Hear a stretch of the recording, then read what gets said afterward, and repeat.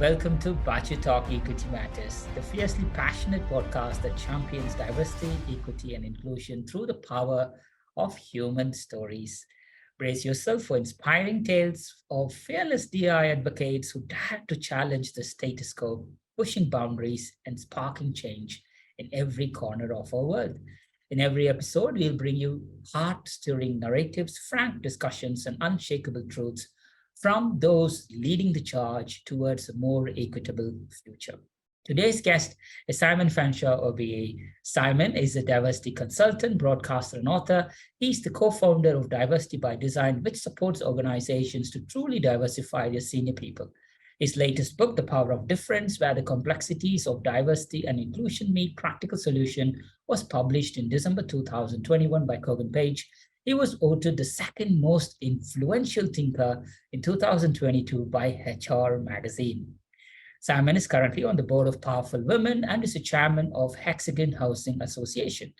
He was previously chairman of University of Sussex, a non-exec director of Housing and Care 21, a governor of the Museum of London, and the board of Brighton and Dome Festival. He has long been involved in campaigns for equality and positive social change and has served on the board of companies and organizations in the private charity sectors for over 35 years. Simon is also co-founder of Stonewall and the Kaleidoscope Trust. Simon was awarded an OBE in 2013 for services to higher education and made an honorary doctorate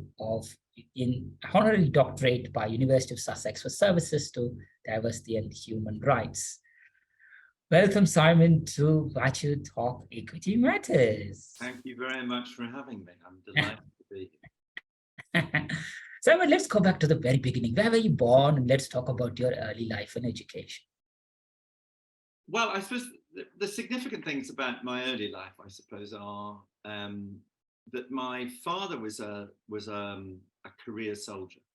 Oh. So that meant that very soon after I was born, which was in Wiltshire, which is in the West Country, is a place called Devizes, and but we moved, and then we moved to Plymouth, and then we moved to Scotland, and then we moved around, and then we moved to Holland, and then we moved to France first, and then we moved to Holland. So we're all over the place, and I think that's left me with a couple of important legacies for me. One is that I think when you move a lot, well, I also went, because I'm a posh boy, I also went to public and private schools. And so that meant that I was a boarder, which meant that I never really knew anybody where my parents lived, which meant that, so all my friends were at school. And I think that's had quite a profound influence on me, in the sense that I spent quite a lot of time with my own. My parents were older when I was born. My mum was 39. And so was my dad. And so I spend a lot of time with grown-ups, and I think that has an influence. And I'm always interested when I start sessions, I do this exercise where I ask people to talk to somebody and find out 3 things that are different in their background, their upbringing, so on and so forth, which influence their work. And very often it's interesting when you hear people who still live in the same town, area of city or village or whatever that they grew up in, and that gives them a certain kind of stability. But often it's interesting to see how some people kick against it, some people really embrace it.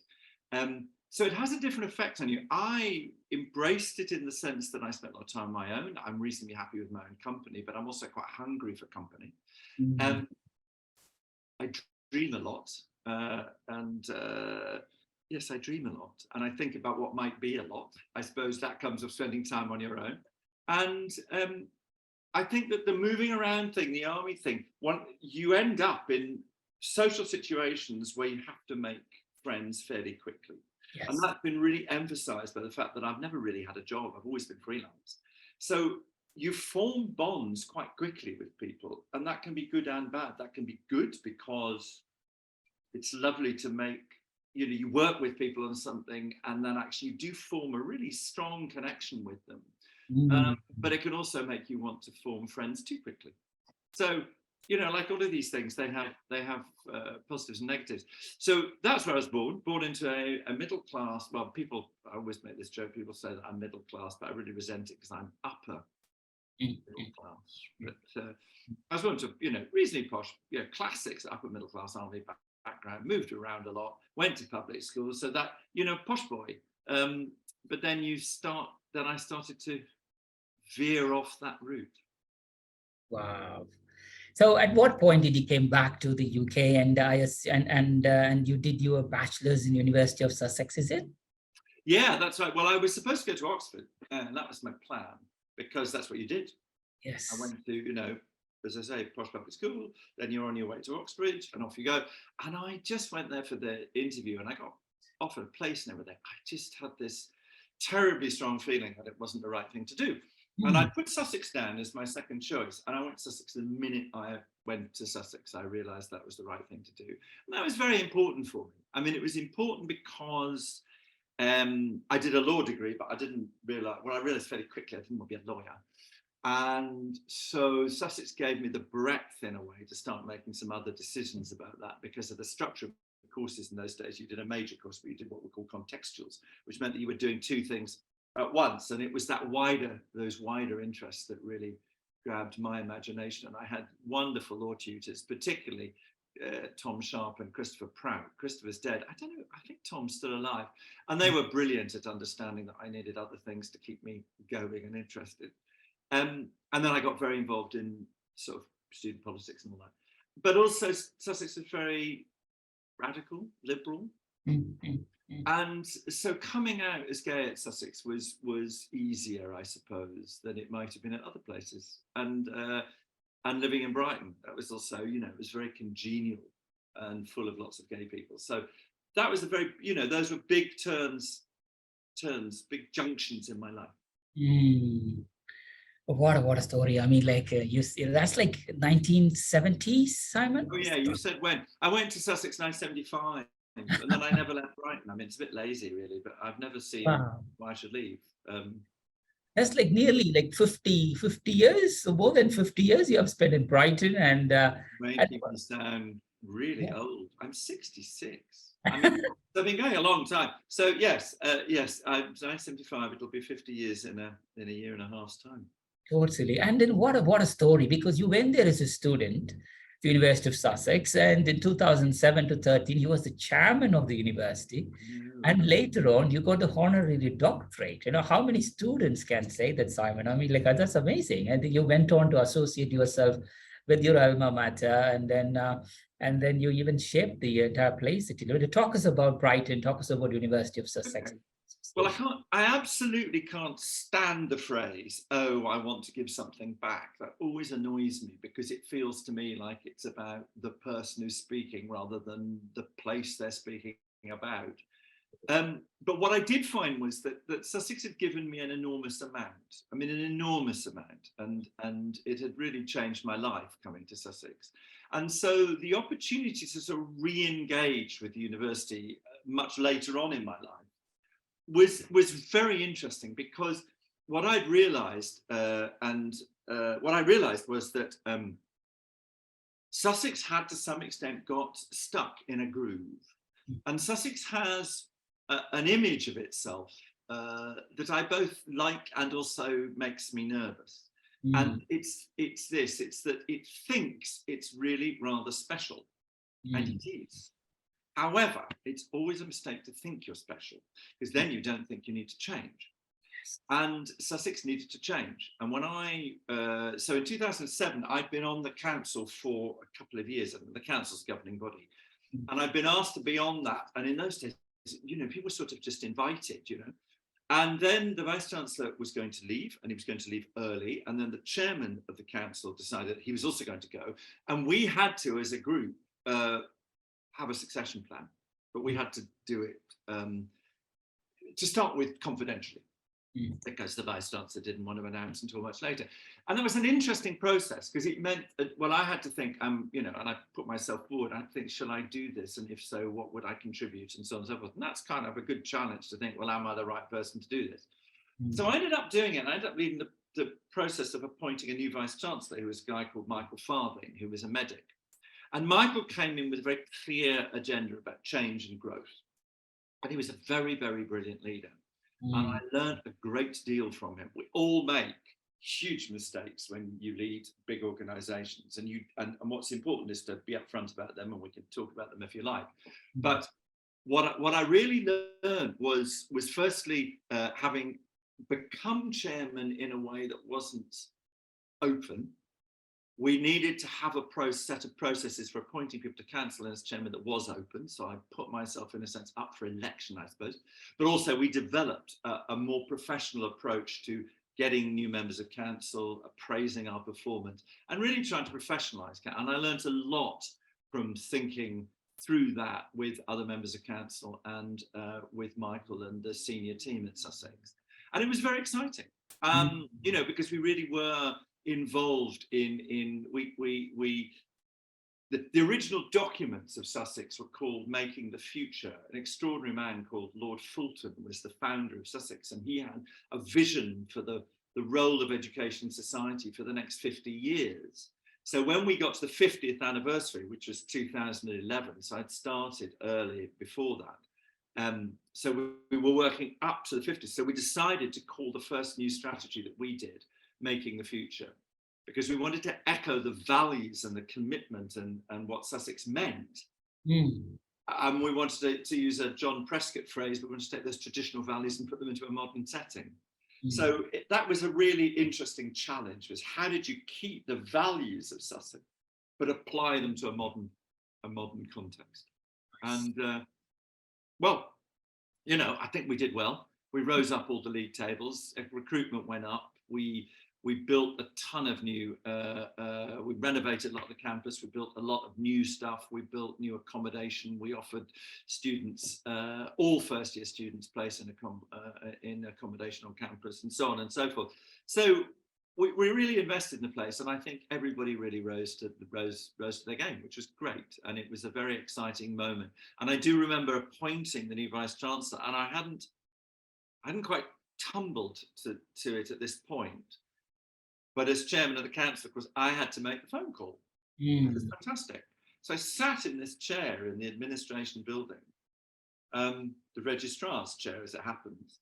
And I looked out of the window as I was dialing the number, and I realized I could see the window of the office that I'd had in the student union building. And that was a funny little arc for me, you know. That was a lovely moment. And then I was able to ring Michael and say, you know, will you be the next Vice Chancellor? So yeah, that was quite a moment, I suppose. I love Sussex. I mean, I still do, you know. Nice, thank you, Simon. And again, just before that, you were part, as you rightly mentioned, you were part of the economic board or chaired the economic partnership for Brighton, and you led the successful bid for the council there. Talk us about that journey as well, please. Well, it was really interesting. In 1999, the government and the Queen announced that she would make 2 new cities to celebrate the millennium. And so we applied to become the city of Brighton and Hove. There are 3 cities in the world that have those kind of compound names: Minneapolis, St. Paul's, Buda and Pest, and Brighton and Hove. Oh, wow. And of course, I know that because I can bore people to death at parties about the nature of cities. What was interesting about it, though, is that Brighton and Hove is not a huge place. It's not the traditional city. In other words, it's not a cathedral city in Somerset. So what made Brighton and Hove a city? So we made a case to the commission, the deciders, but also sort of to ourselves and the wider world, that actually we were a different kind of city. So we talked about the legibility of Brighton. We talked about the city of the future and technology. We talked about how developing those sorts of industries that were involved in the internet and you know, data-based industries. So we tried to position this as something which was about developing Brighton as a future city. And to some extent, to quite a large extent, I think that's been sustained. There's a very good podcast at the moment called The Brighton Paradox. Anybody listening is interested in what's going on in Brighton at the moment. Richard, this guy's made I think terrific. It's very long, it's 10 hours, but it's really interesting exploration of the paradox that lies at the heart of Brighton. One of the difficult things is that Brighton is both ambitious and complacent at the same time. So sometimes we just think, well, we're by the sea. Lucky us, aren't we clever?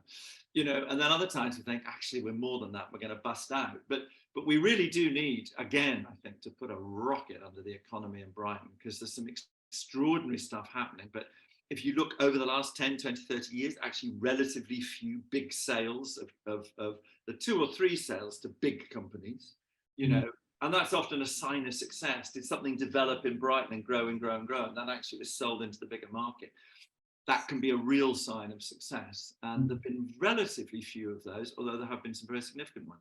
Anyway, we bid for city status, but I was acutely aware that if we didn't get it, we didn't want to waste all the time and effort and investment that people had put in creating the networks that underpin this bid. So we created or enhanced networks around the arts and around neighborhoods and also around the economic community. And we created this thing called the Economic Partnership.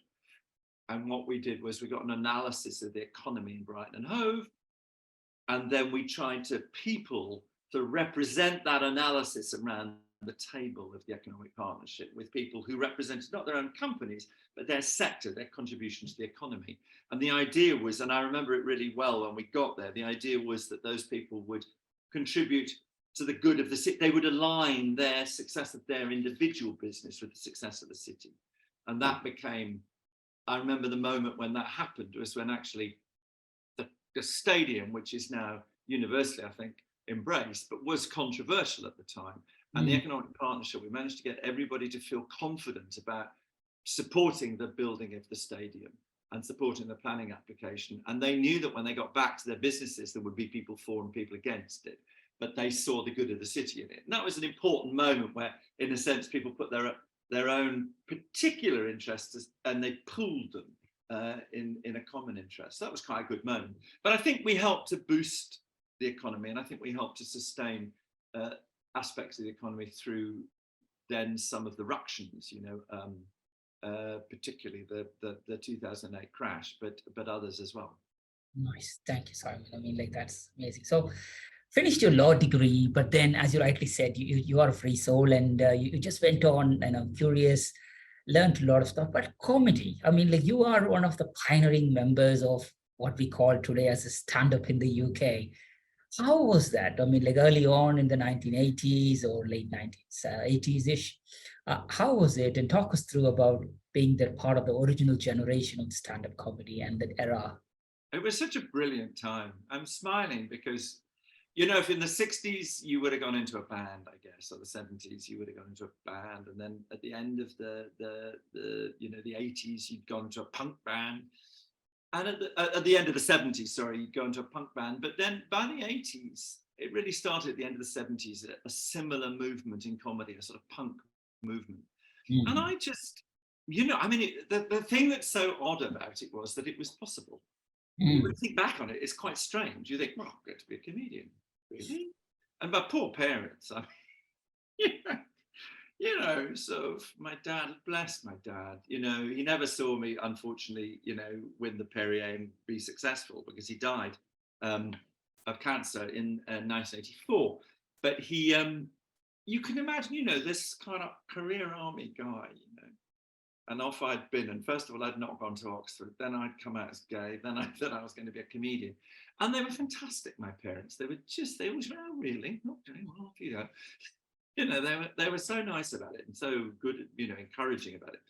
But it was possible. That's what always strikes me about it. God, how weird that it was possible. And also, I don't know whether this is true, and there's no particular anything in it, but I think I was probably the first comic to just be open about being gay on stage, but only because it was possible. I mean, it didn't occur to me not to, really.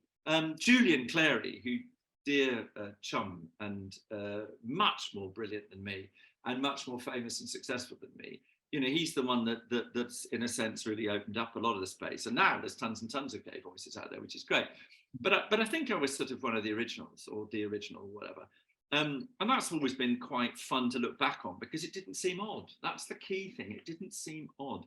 And bear in mind that I started comedy just at the beginning of the 80s when we had the first deaths from AIDS. And that the 80s were pretty turbulent in some ways for gay men. So it was kind of really interesting time. But you had these extraordinary people like Alexei Sayle particularly, and those who followed in his wake. And he, you know, they just created a space for the rest of us to kind of pop up and do this stuff, It was great fun, hugely good fun. Ruined my shoulder. That was the only thing. Got a really bad shoulder from carrying a bag touring on my left shoulder. Never. That's the lesson, children. Never carry a bag on one shoulder. Thank you, Simon. Again, comedy, setting your own standards here, being the pioneer. And at the same time, you entered media, and you have been guest on various television shows. You also made some appearances at radios and so many other shows. Talk us about your comedy and media experiences and share some of your favorite moments. Yeah, the regret is I never really made it stick. I never really quite found out how I was on telly. And not until years later, when I started making some documentaries, and I realized that actually that's probably what I should have done early on, but I wasn't clever enough to realize that. So that was where Julian was so brilliant, actually. He understood his relationship with the audience incredibly strongly.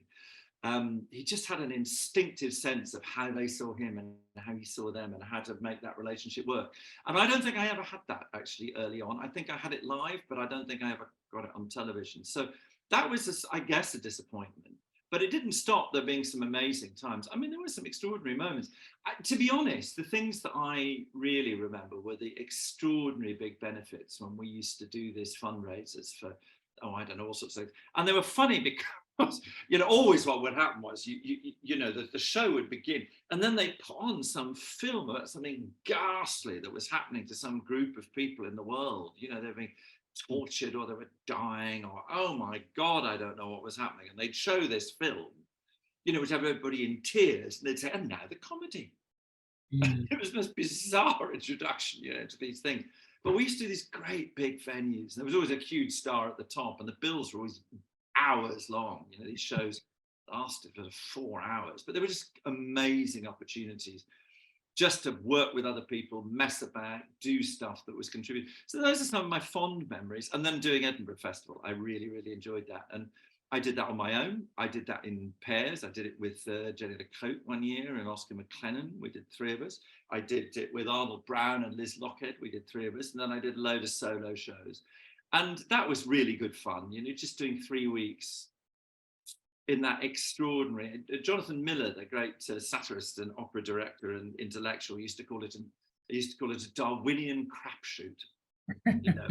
It was absolutely survival of the fittest, but you always had fun, and people, they lost their virginity and their money basically, and it was good fun, and that's a real regret now. I mean, my goodness me, it's being priced out of existence, and I think that's a real shame. That sort of absolutely mad experimental sense of it is I think under some threat now after 60 years or 70 years or whatever it is.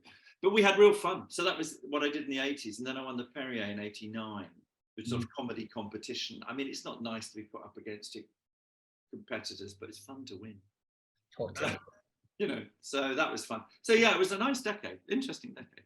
Totally, Simon. Thank you. And at that point, you then started to raise the voice for the topic that we are passionate about, which is diversity. So talk us about that era and what enabled you to start Stonewall and later on co-found Kaleidoscope. Well, the 80s is very interesting for lesbians and gays, particularly I think for gay men, but then also for lesbians, because as I say, the first person who died of AIDS in the UK was 81 or 82. I can't remember the exact year.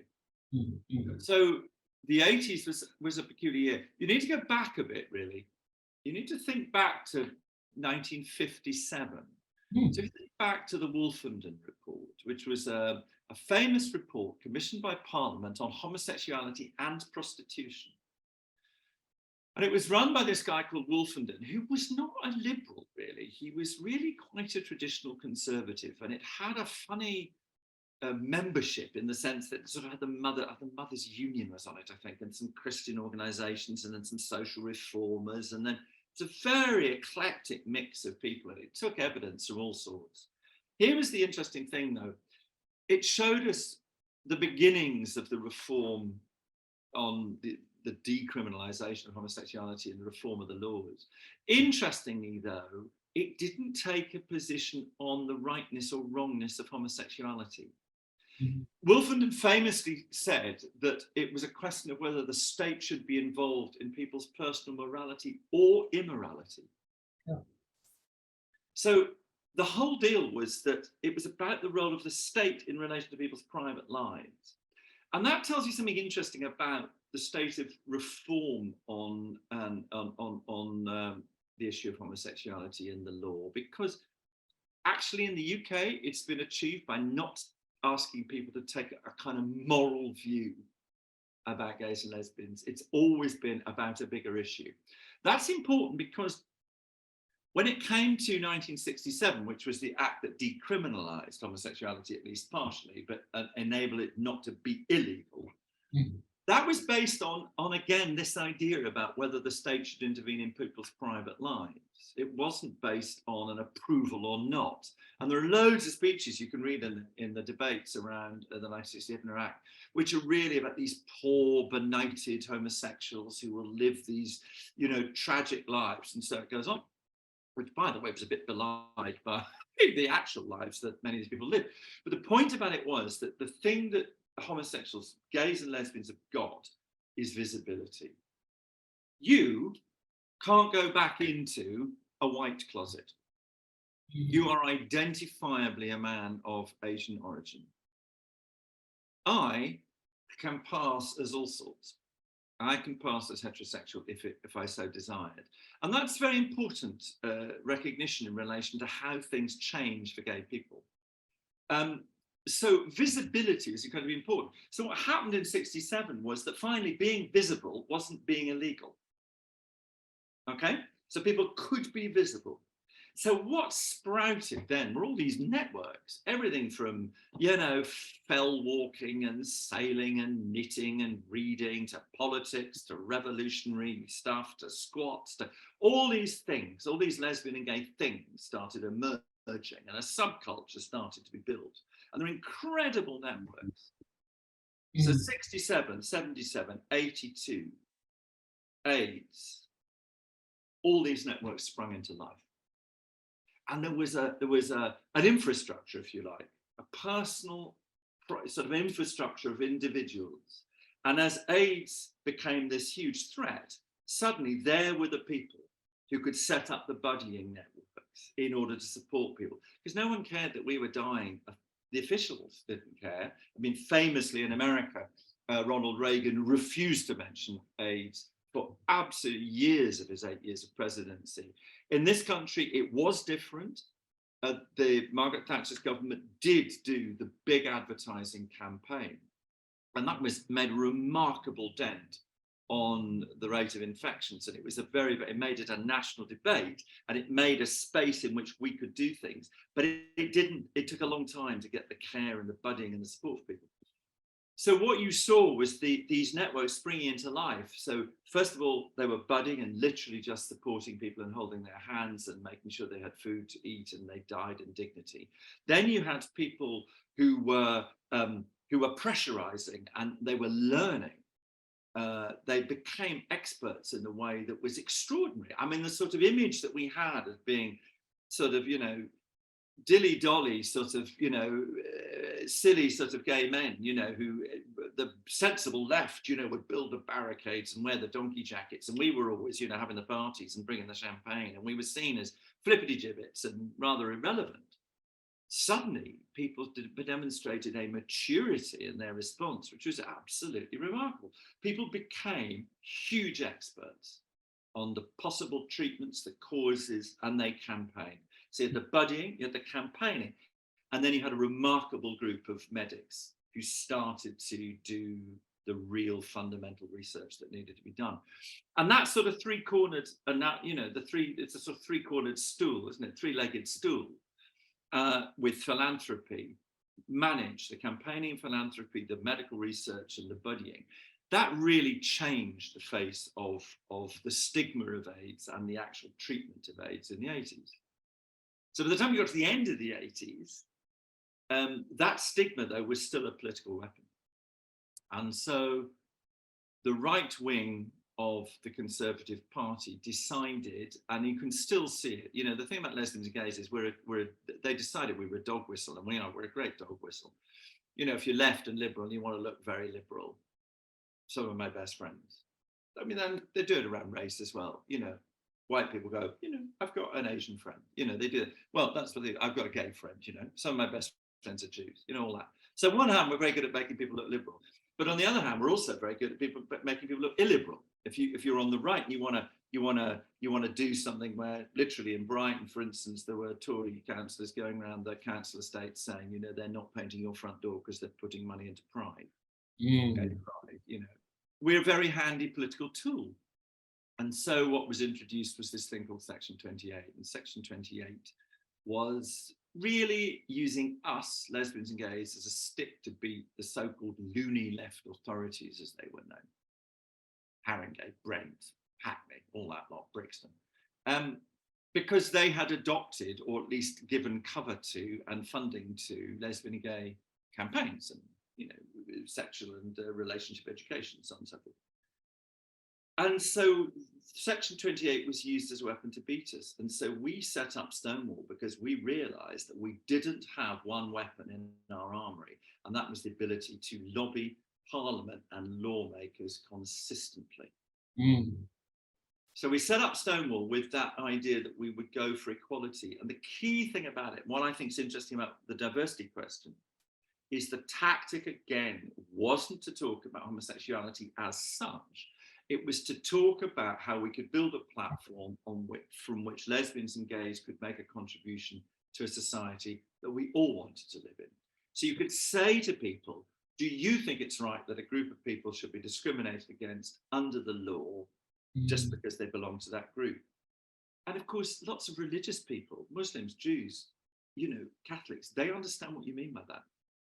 So they contribute to that principle. So we built very broad alliances, and that is what has gone wrong, I think, over the current time, is that what is not happening at the moment is the building of those broad alliances. So I would say to people, look back on that history, because between 1989, when we started Stonewall, and 2014, when we got equal marriage, Stonewall, not me, I just started it with other people, but all those people who were involved in Stonewall over that period delivered legal equality.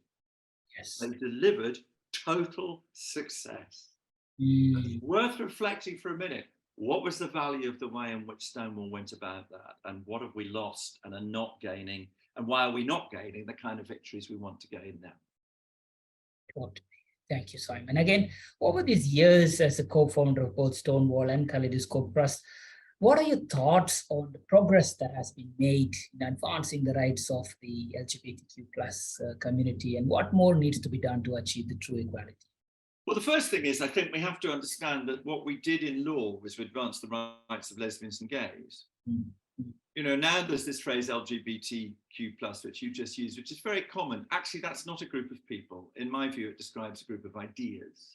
Because if you think of that group of people, LGBT, well, that's lesbians and gays and bisexuals. Well, that's all about sexual orientation. So just for a moment, think, okay, if you're listening, think to yourself, I'm a CEO of a company and I want to do the right thing by lesbians and gays. Think back to before the legislation of civil partnerships and so on and so forth, all the equality legislation. What would you have done? Well, you would have done things that the legislation did, which was you would think you would recognize partners, and you would give company benefits. You would make sure they're included in their pensions. You would think about compassionate leave. You would think about stuff, broadly speaking, around partnership and relationships. And then you'd think about the atmosphere in the office and whether people were having a bad time, whether they were hearing language which was upsetting or in some way prejudicial. You do those kind of things, okay? So you think, right, we've done that now, big tick, on we move, we've done the LGBs, now let's think about the Ts. You think, okay, people who are transitioning, and that's what I think people understand by the notion of trans, properly understand it. They don't understand this rather ludicrous now Stonewall umbrella, which seems to include anybody who's mildly gender non-conforming. I think that people understand trans meaning people who are in a situation where they need to take a good time to think about the pain that they're in, the dysphoria that they're experiencing, and how they deal with that in life. And often that can lead to forms of surgery or other kinds of treatment. So if you were going to do the right thing by them in a company, you'd think about medical insurance, you'd think about access to medical surgeons and so on and so forth. You might think then about, you think about time off, leave, you think about HR records, you think about a bunch of stuff like that. And then you get LGBTQ. Well, you see, there's a great division, I think, amongst people. I had an interesting conversation the other day. I don't like the Q word. I will not say it. I think it's the gay equivalent of the N word. I experience it wholly as an insult. And I think it's retrospectively applied. People talk about Q history of I read something the other day. They were talking about the queer history of the 19th century or something. You go, well, hang on. What do you mean by that? It's got, you know, people either mean everything or nothing by it. And I had a conversation the other day in a session I was doing, and I mentioned that I don't like the word, but I recognize that quite a lot of other gay people use it, and they use it particularly. And then there was another gay man in the session who's the head of diversity at one of the big energy companies, and he said, oh, my partner and I really like using it. I said, well, that's interesting. There we go. We've got two different views, and that's fine. We just have to think carefully about then how we use it, because we need to make sure that A, we understand the same thing, and B, we're not, you know, pissing each other off by using it. But then he and I started talking about heterosexual people who use it. And he was like, no, I'm not with that. I'm going, no, I'm not with that either. Because then that's like, well, hang on a second. And then you get into this thing, you think, why would a heterosexual person suddenly describe themselves as queer? And the only conclusion I can reach, I'm afraid, to be perfectly honest, Pascal, is that they need to feel a bit special. And I would say to them, you don't need to feel special. Somebody said to me once, oh, I'm just a boring heterosexual. And I went, actually, those are two different things. Actually, you are quite dull, but you're also heterosexual. And the fact that you're dull has no relationship to your sexual orientation at all. So why are people using these identities more and more and more? They're cutting their identities in slicing. And people are trying to find ways of describing themselves as special by categorizing themselves. You're special because you're you. Trans, LGB, those are functional descriptions of an aspect of your life. Take it into the other area in diversity, BAME, B-A-M-E. Have you ever described yourself to anybody? Oh, I'm BAME. Never. So if I said to you, tell me a bit about your family origins and the heritage of your family, what language would you use to describe that? I'll just say, you know, I was born and brought up in South India, and I just grew from there, and I moved here to do my master's, and I just went from here. So, so if I asked you to sort of identify yourself in terms of your heritage and your background, how would you describe? You say I'm an X person, an X, Y, or Z. What would you say? I'll just say, I mean, I'm born as a Tamil because I speak Tamil as a language. So I'm a Tamil Indian, and then that's about it. I don't think I can. And are you British now? Oh yes, I've been in this country for 20 odd years now. Yes, I'm British. Exactly. So my point being is that you're not BAME. So if we're going to use these acronyms in any way that's useful, we have to know what they describe. So what you do share with other people who are not white, I'm speaking for you, correct me if I'm wrong, but what I suspect you share, and perhaps the only thing you share with people whose origin is Caribbean, or my husband is Nigerian, he's Nigerian, he's not British Nigerian, he's Nigerian. What you share with them is the scourge of racism. So you share with them the experience of being discriminated against in a majority white country as somebody who's not white. But as you just mentioned, you're a Tamil.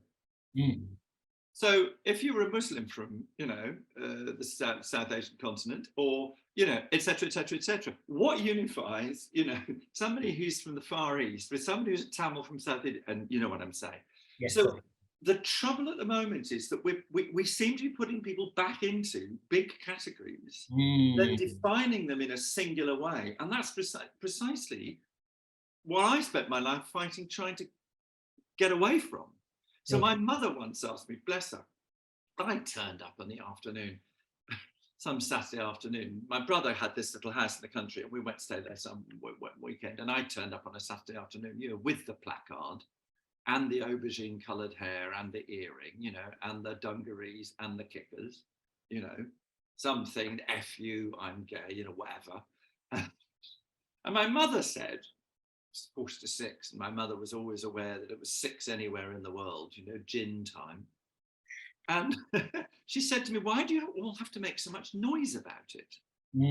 Black eye. And I said to her, just unthinkingly, I said, so one day we don't have to. And she went, oh, well, that makes sense. She said, darling, do you want to drink? So my point being is that what's the point of fighting these things? Well, what we have to hold in our mind is 2 things, don't we? We have to hold in our mind the fact that there is still discrimination. Yes. And we need to tackle that. But we also have to hold in our mind that at the same time as we're tackling discrimination, by the way, we're making advances. We are moving forward. Not in a linear way. Things go backwards, they go forwards. But you, as an Asian man, how old are you now? 42. 42. If you were an Asian man of 42 back in 1962, you would be having a very different experience in the UK than you are now. So, you know, we must acknowledge, mustn't we, that we have made progress and there's still more to be done. And the danger for me of where diversity is ending up now is that it's putting people back into these groups and it's emphasizing in a unitary way that single experience of racism, rather than understanding the breadth of experience which individuals have, the breadth of ambition and aspiration that they have. And the thing with diversity is, if it's about diversity, it is about difference. It is about holding those complexities in your mind. So the way I express it in formal terms in organizations is that means you have to look at the deficits, and they can be quantitative or qualitative. So you can literally look at the data and say, what do they tell us about the progress of this group or that group or the other group in, up and across an organization? And then we can look at the qualitative stuff and go, well, what's the experience people are having at work? And we can analyze that and we can go into it in real depth and real detail so we understand what's causing the deficits and what will create the dividend in detail. That means we can actually outline some practical ways of approaching it. What's happening, though, is people are responding to these big categories and big social issues, but they're doing it in a very superficial way and a very tunnel visioned way. And so my plea is that actually diversity genuinely means difference. Not all people who are not white think of race and their ethnicity and their origins in the same way. Not all people who are lesbians and gays think of the significance of their sexual orientation in the same way. So there's a variety of views, and that's what we're fighting for. Very, very powerful, Simon. Thank you for sharing.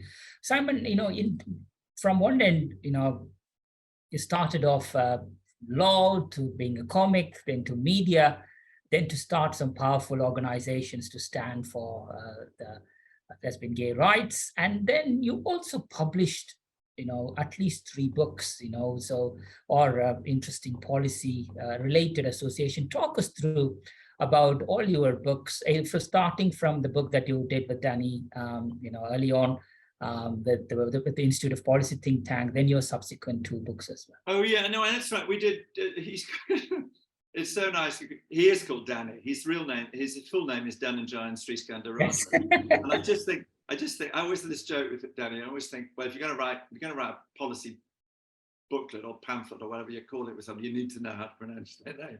So he's really interesting to see. So he's Sri Lankan in origin.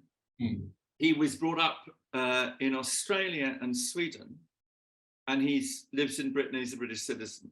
His wife has Caribbean origins. Her parents came to the UK and she grew up here after she'd grown up there. So they have a son called, well, I won't say his name because he's still young. So they have a son. What box does he fit into? Sure. So that's why we started thinking about this, because he and I, and talked. We were on a board together, and we realised fairly quickly that we had quite similar views about the nature of identity. So we started to challenge what was then the beginnings of this movement towards, and so the pamphlet ended up being called You Can't Put Me in a Box. Yeah. And it was the beginning for me of that kind of looking at the research and really starting to question this notion of identity as a trap rather than as a springboard. The point about labels is they're supposed to, in some way, release us, not entrap us. They're supposed to help us through the world as shorthand. They may describe us, they're not supposed to define us. And that was my first really understanding for that. Funnily enough, I then wrote a book about manners. I have this theory that you only write books about things that make you uneasy about yourself. So I've written a book about manners and how you should treat people nicely. And I've also written a book about how you should really not try and convince everybody else that you're right. So both of my books have been notes to self, to be honest. People like, don't give in to your worst instinct. And if anybody watching this or listening to this has ever been on the worst end of my sometime intemperance, I apologize, sincerely. But, you know, all these things really are about how we get on. Yes. That's fundamental to it. It's about how do we work in such a way that we understand each other. And here's one of the big problems at the moment. This failure to create big alliances comes from a kind of purity spiral which demands agreement or enmity. It doesn't allow for difference. It doesn't allow for me. So I was listening to a podcast the other day, and a very famous author was talking about how she, who's very pro-life and has always been pro a woman's right to choose, has a very great friend who's a man, who's a Catholic, who's not. And they're very, very dear friends. Now, it's absolutely crucial that we have that. Nigel Lawson, the Conservative Chancellor, died the other day, and from the Thatcher government. And William Keegan in The Observer wrote about his great friend, Nigel Lawson, with whom he had fundamental differences about the economy. And they argued for decades about it. They took fundamentally different views. But when people were trying to get William Keegan out of The Observer, Lawson went to lunch at The Observer, and one of his critics said, well, what changes would you want around here? And Dominic Lawson said, don't ever get rid of William Keegan. I disagree with him fundamentally, and that's what I love about him. Look, our ability to disagree well is under threat at the moment, and it's under threat in politics, it's under threat in social issues, and it's under threat all over the place. In our personal relationships, people are losing friends because they have different views from other people. This is disastrous for us as a society. This is absolutely fundamentally problematic for the way in which we construct an ethical base. It is no good people saying, what I demand is my right. Demands are not rights. Demands you put up in order to try and then hear other people's demands and reach some way of living together. So, you know, the idea that there's white people and black people, and that is an unviolable, unchangeable power relationship, that I am white and you are not white, and I will always be more powerful than you in every respect at every point in our lives. That seems to me to misunderstand fundamentally the fluidity of human relationships. Yes, you will experience racism and I will not. I will walk along the street with Adam and he will experience racism. We both might experience homophobia. But those are things that we have in common. As I say, they may describe experiences, but they don't define our whole experience. So our ability to create dialogue is fundamental to our ability to create a society, families, relationships, and obviously a world in which we can live.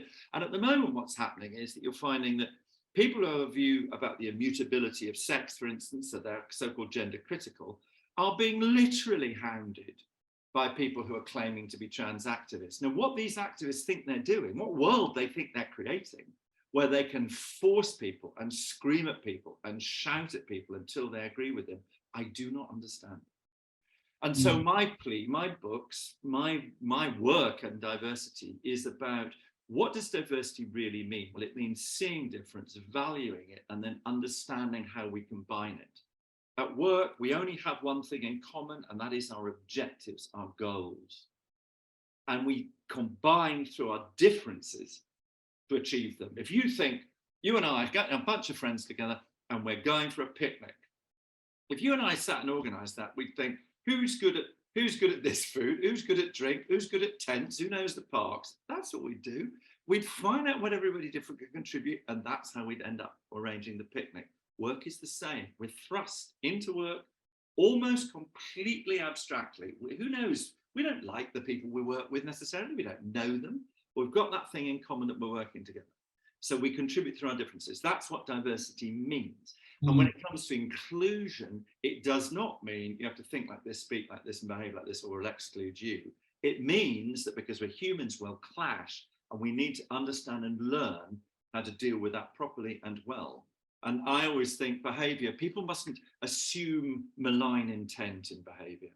Behavior comes, I think, and language comes in three broad categories: careless, thoughtless, and malicious. And it's the thoughtless bit. It's where intent doesn't matter, intention. So when I asked you about your family background, I deliberately did not say, where do you come from? I deliberately asked about the heritage and background of your family. And the reason I did that was because if you say, where do you come from, it's a very loaded phrase. If people say, when did you decide to be gay? Well, the assumption is that you weren't born gay. Now, I know there's an argument about that. My view is that you are. I don't care about it much, but it actually upsets quite a lot of people. Where do you come from upsets people. Now, we can get through it, but my point is, how do we deal with these? How do we have better conversations that don't upset each other? And when we do upset each other, because by the way, it's not possible to avoid that. So when we do clash and disagree and offend each other and hurt each other, actually we can find some way of getting through it. And if you just think of how you sustain your own personal relationship, what's more important, that you win the argument or you sustain the relationship?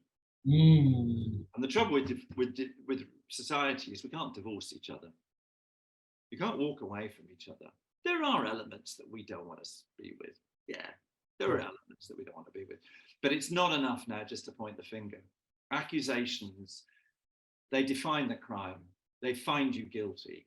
And then they mete out the punishment in the single sentence. We cannot live and love like that. We can't do it. We can't organize organizations like that. Accusations have to be tested against fact.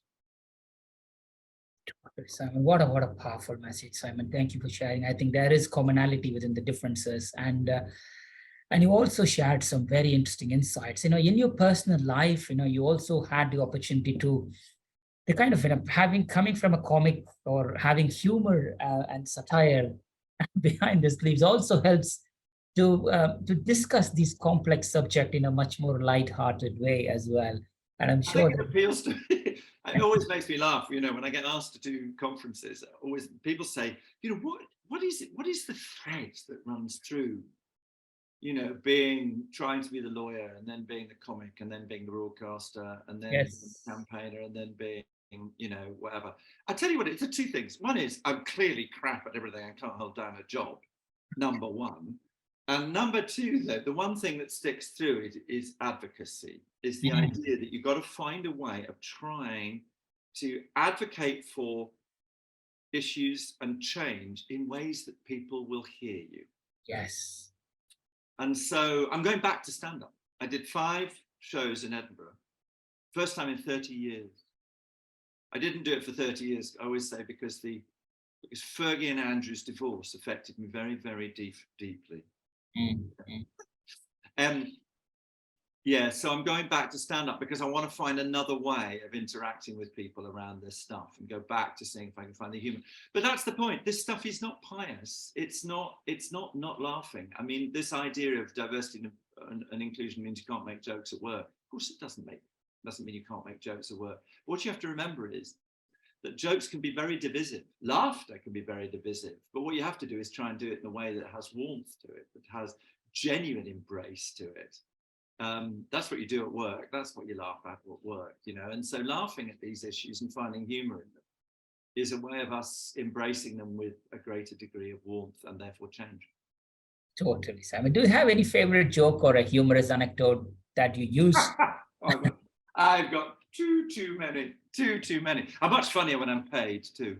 Oh, that's true. I mean, and I was speaking in conferences to speaking and post dinner also comes with its own differences, right? Class standing in the comic. Do you have any interesting experiences across all these things? Well, I do remember one really clear one when it was such a moment. I was in Leicester, and Mm. there's a thing in, I don't know if it's still true, but the sort of construction industry in Leicester are the people who'd, they'd sort of become the equivalent. I was talking about the economic partnership before. They'd become the sort of equivalent of that, and so that was the sort of annual big business dinner in Leicester. I don't know whether that's still the case. This is many years ago, and I just looked out at the audience and I thought, oh my goodness me, why have they booked me? And then I thought, hang on, you're making terrible assumptions about people here. You absolutely mustn't do that. And I went to the loo, and this is a good tip. If you have to do any speaking, the loo's as good a place as any, because you can lock yourself in a room. Close your eyes, sit there, and just visualize it going well. Visualize them all laughing, them enjoying it, visualizing you having a really good time doing it. And once you've got that picture in your head, then go and talk to them. Because that way because you can never make assumptions about groups of people like that. And I remember thinking, never do that again. You can always communicate these ideas. It's just a question of finding out how. Yes. And that was great for me. Look, it's been a pleasure talking to you. Thank you so much for taking the time. I mean, it's very odd talking about one's own life, but I just hope there are a few things in it that maybe are bigger principles that other people can apply in their work. And I'd be delighted if they want to get in contact and help out. Definitely, Simon. Thank you so much, Simon. Thank you so much for sharing your time, Simon. I think it's an absolute privilege to have you, and I'm sure we'll have a follow-up session in the coming months on this. So thank you. Look after yourself. Stay healthy. Stay happy. Continue. Thank you again for asking me. Bye-bye.